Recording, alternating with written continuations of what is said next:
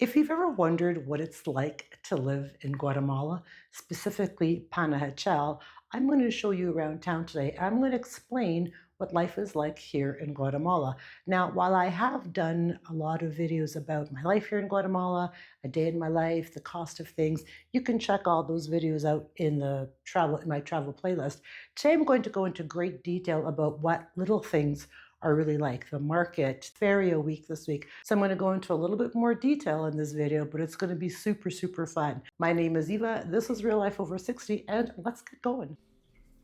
Before you put your shoes on, you must shake them out to make sure there's no scorpions or any other critters in your shoes.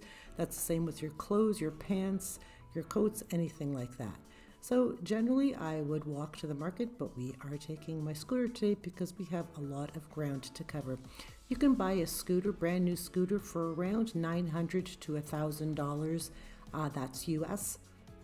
I am placing my scooter cover on my pila. I have a washing machine as well. Most places do not have washing machines. Every place does have a pila, and most places generally do their laundry in the pila if you don't have a washing machine. Or you could also take it to a laundromat. The town is equipped with probably 5 to 7 laundromats. Some cleaning ladies also do laundry, and you hang it on the line. During rainy season, a lot of people just take their clothes to the laundromat because it's just a lot easier and faster, and it's relatively affordable. I think it's only about $1.60 a pound, wash, dry, folded, all nice and neat. So because rainy season can be a little tricky when it comes to drying your clothes out on the line, and most places don't have dryers. My very first stop always when I go out is to check on one of my favorite street dogs to make sure she has food and water. This is a busy motorcycle scooter town. That's my scooter with the red bow on it, so I can easily find it on the street. It can be sometimes tricky to find parking, so you basically just park your scooter or your motorcycle wherever you find this free space. So for feria, which lasts a full week, they close 3 or 4 of the main streets in town, and they set up, all the vendors set up for the arcade games. Vendors who are selling things, like half of the main central area of town is closed. Streets are closed. They have lots of food vendors. It's really a lot of fun. It happens the last week, part of the last week of September, the first week of October. The actual day of the patron saint is October the 4th. There are celebrations, cotton candy, that's my favorite, celebrations, parades, festivals, all week long. It is a full-on week of just a lot of fun. There is no shortage of tiendas where you can go and buy eggs, coffee, whatever you need in there, all packaged goods, dairy, all kinds of stuff. You can find them anywhere in any tienda. This is our newest grocery store, Bodegona. We have 3 main grocery stores and 2 specialty stores where you can buy a lot of first world items. Our main market is located in the center of town, and you can buy just about everything there. I buy all my fruits and vegetables at the market, always very, very good prices. It is a little busy right now because it is the week of the feria.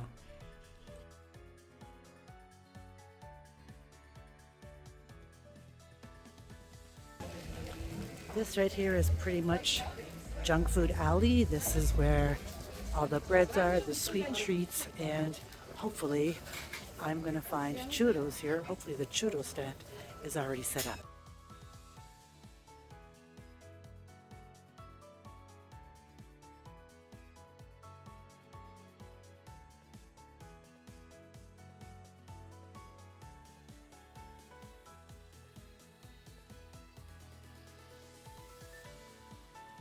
There are 5 means of public transportation, all very affordable. You can get in a shuttle van, you can take a tuk-tuk, you can get in the back of a pickup truck, you can take a chicken bus, or if you need to go around the lake, you can take a water taxi.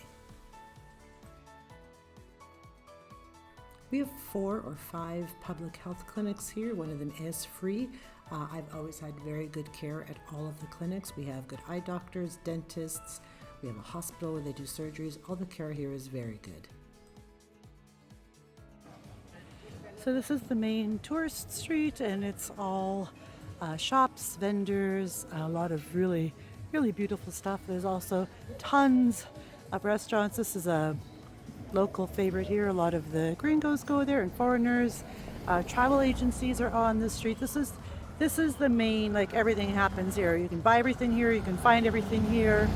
So many pretty colors. So everything is fairly reasonably priced. Oh, look.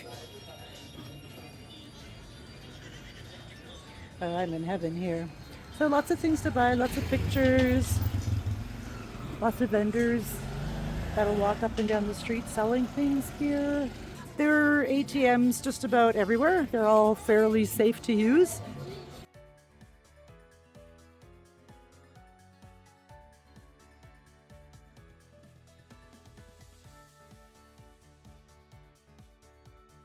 At this place here, you can exchange money. There's a couple of exchange places here. I'm not sure if the rates are better or worse than the bank or the airport. I honestly have no idea.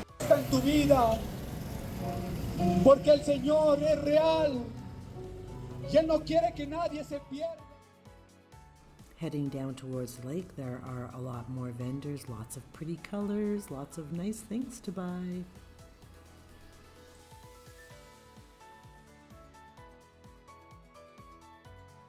So there are 11 villages, 11 or 12, I always get this number wrong, I should know this by now.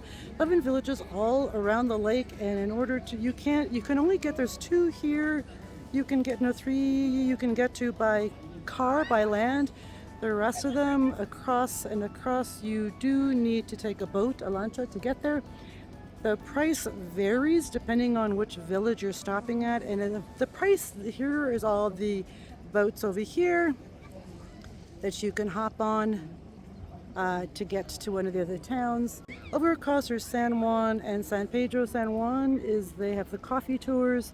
San Juan has probably become one of the most popular tourist destinations. They just completely redid, painted everything, the town, so it's absolutely gorgeous.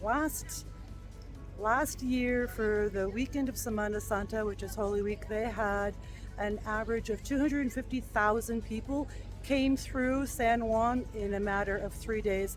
And San Juan is really small, so 200, that's like a whole town. So imagine a whole city going into a tiny little village. That's how big it was, and that's how much it was. So San Juan is definitely the touristy, because it's really beautiful. It's a beautiful day. Mind you, it is rainy season, so the sky can literally turn gray and it could start pouring rain in like 30 minutes. I think that's one thing about rainy season. Rainy season lasts from May to October. It's usually really beautiful in the morning to early afternoon, and then around 2 the clouds come in and it starts pouring and it'll rain all night. So that's rainy season. So if you don't like rain, don't come between May and October.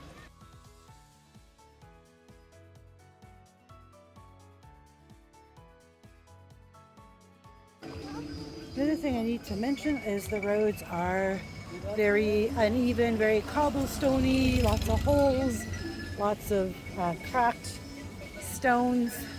So make sure you wear really good shoes when you come down here if you like to walk a lot. I can't tell you how many times I've fallen. A lot.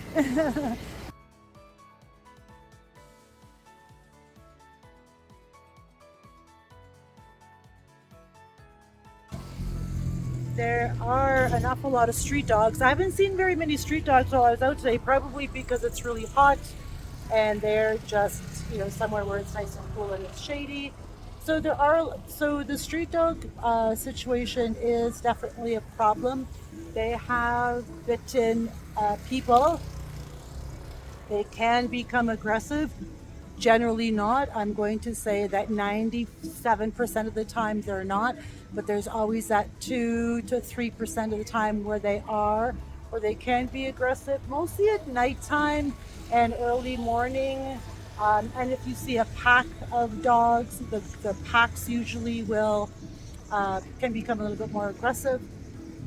But generally, the street dogs don't even look at you. They don't bother with you. I feed quite a few of them. That's what I spend a lot of my time feeding the street dogs here. If you're not a big dog fan or you don't like the sound, don't like the sounds of barking dogs, this might not be an ideal place for you unless, of course, you go further on up into the mountains in towns like on the road to Santa Catarina, you're right.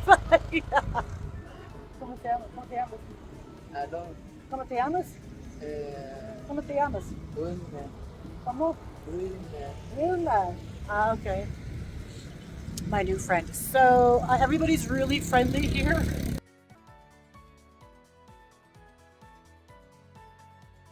So I mentioned earlier about the street dogs. There's also, besides the feria and the street dogs, if you want to talk about noise, there's also an awful lot of churches here in Central America, in Panajachel, evangelical, Catholic, Pentecostal, I don't know. There's a lot of churches, and I mean a lot. Like I have 3 in my block. So you're always going to have church music or church singing, something like that. There's always church, something going on, parties. And I just want to reiterate that if you're looking for a quiet, peaceful, serene place to live or to, spend a week or 2 on vacation, this would not be the place. It's not quiet. It's definitely beautiful. I mean, if you're into culture and you want to see culture and you don't need to go sit by an ocean or by a margarita pool bar, if you want to experience true Mayan culture, then this is definitely the place to come for that, because this is a truly unique cultural experience. The people are lovely. The textiles, the art, everything is just amazing. The culture is so lots of parties. Who knows what the parties are about? There's just parties all the time. So with that being said, there's always lots of fireworks, lots of bombas going off all the time. Days like Mother's Day, Father's Day, and of course Christmas, Easter, and feria. There's bombas. They start as early as 4 o'clock in the morning on special days like Mother's Days. Where we just want to sleep in, they want to wake us up and tell us and show us how much they love us with bombas and firecrackers and fireworks. So that's just the way they celebrate around here. The market, I generally do most of my produce shopping at the market, fruits, vegetables, stuff like that, because everything is beautiful and fresh and colorful and affordable. I buy most of my meats at the second grocery store I showed you, La Torre. I trust their meats. There's plenty of butchers in the market. I have a really sensitive stomach, so I just don't go to the market, but you most certainly can buy your meat at any of the butchers. There's got to be 10 or 15 butcher shops. We don't have Amazon here. We don't have mail here. Mind you, they just started. Mail should be coming back again soon. I'm not really sure when. The post office closed the year that I got here, which was 10 years ago. They closed up all the post offices in the country, and they just are starting to reopen them now this year. Is ours open? No, I don't think so. So you can't really get mail here. We do have a P.O. box if you want stuff mailed to you. We do have sources like Guatemala Digital, Pacifico, Temu. I don't know if Temu, how it works here, but if you like to order things, you can. You can expect to pay a little bit more and expect it to not be in 2 days. Like, it doesn't come fast. Sometimes it's 10 days, sometimes it's 2 weeks. For Temu and other places, I have no idea. We do have a few Price Marts in the city. The city is about 2.5 to 5 hours away, depending on traffic, road closures, mudslides, any protests, anything like that. Minimum 2.5 hours, maximum, all day. So it's hard to say how long it'll take you to get to the city, which is also where the airport is.